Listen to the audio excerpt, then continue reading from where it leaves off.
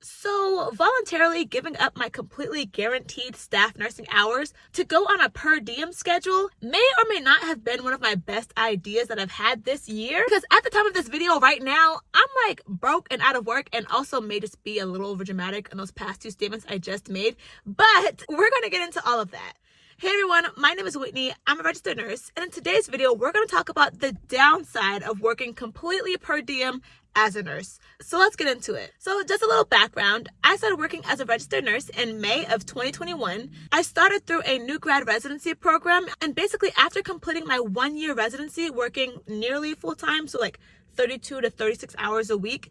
After that 1 year, I was able to choose any schedule that I wanted to that was available. So immediately I was like, okay, I'm going to work 24 hours a week. That's it. And then not too long after that, I went down to a per diem schedule, which essentially means I work as many hours as I choose to work, just as long as I work at least 4 shifts in a whole entire month. And really my main reason for going down to a strictly per diem nursing schedule was that I was really sick and tired of feeling like I had no control over my own time. I really just hated being at the mercy of my time off request either being approved or denied, going from coworker to coworker to see if they could cover my shift for me, and this entire stress of being able to get time off for the things that were very important to me. Okay, and I know that does sound like kind of like low-key like Gen Z of me, but my whole thing is, if you have a problem or something going on that you don't like, then just figure out what you're gonna do to fix it. And in my case, I hated and really didn't like having little flexibility in my schedule, and the solution was going per diem. So there we had it, problem was solved. Now, just a quick point of clarification,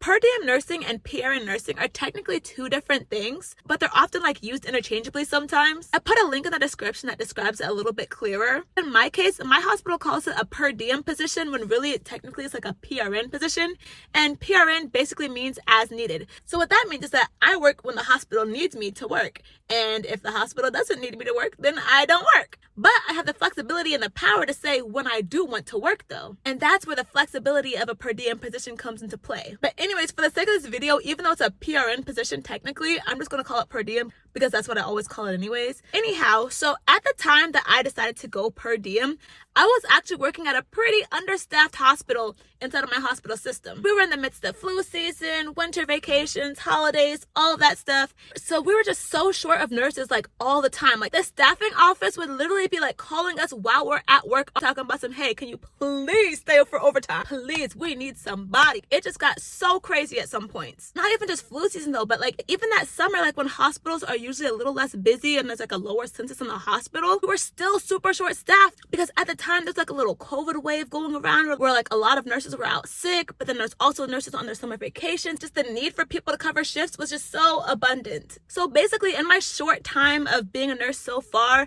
I really haven't seen what it's truly like when hospitals get into like their slow season or like their low census season. Like I was so used to always being the one that's like being chased for work rather than like the other way around. So I felt very safe in my decision to go completely per diem. However, my issue is that I thought the desperate staffing situation at my hospital was like the same everywhere else. When in all actuality, I had actually transferred to a much more well-staffed hospital within my hospital system. This hospital was in a much more desirable part of my city, and it was also known to be a little bit harder to get into, which in hindsight makes a lot more sense as to why it's probably much more well-staffed. But yeah, at the time that I made that switch, I just had it in my mind that it was going to be just like my previous hospital that I just switched from, and I was going to pick and choose exactly which days I wanted to work, when I wanted to pick up shifts, all that type of thing. I thought it was just going to be abundant and available, and I would be calling the shots. And it just did not pan out to like exactly how I had it in my head. And honestly, really, I found that a huge part of the issue really is that I'm just being a huge spoiled brat,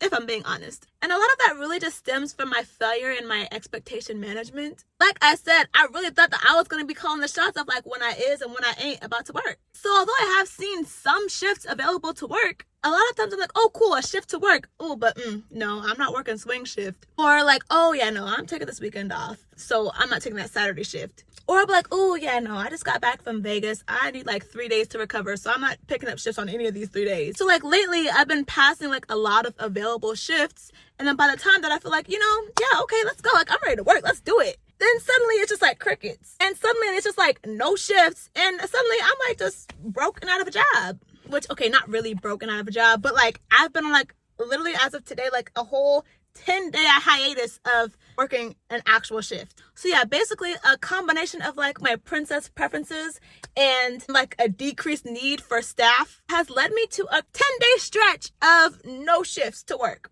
And mind you, this is not my first stretch of no work. So that has been a huge ouchie to my budget. And it's also really slowed down my aggressive student loan debt payments. And it's also forced me to tone down my treat yourself budget too. But thankfully though, I do have an emergency fund in case the going really gets rough. And I also do keep my bills paid like 2 paychecks ahead of time. So basically I keep next month's bills and a savings account from like this month's paycheck. So that also gives me a little wiggle room too if I have like an off pay period. But most importantly of all of this though is that I do not have a mortgage or rent to pay because of my gracious, wonderful parents who let me stay in their house rent free. But it's like at the same time, I don't want to just be like taking advantage of like the wonderful grace they're giving me. I also have like, you know, financial goals that I'm trying to tend to as well, like being debt free and being able to buy my own house. So I realized basically I cannot keep up this like princess attitude for too much longer. And while this kind of like break has definitely allowed me like wonderful rest and the opportunity to like work on things outside of just nursing, I'm realizing that I may need a bit more structure in my schedule, or at least a little bit better discipline in taking the work that is available to me. And another thing too though is that if I really did like need to find work and I had rent due and mouths to feed,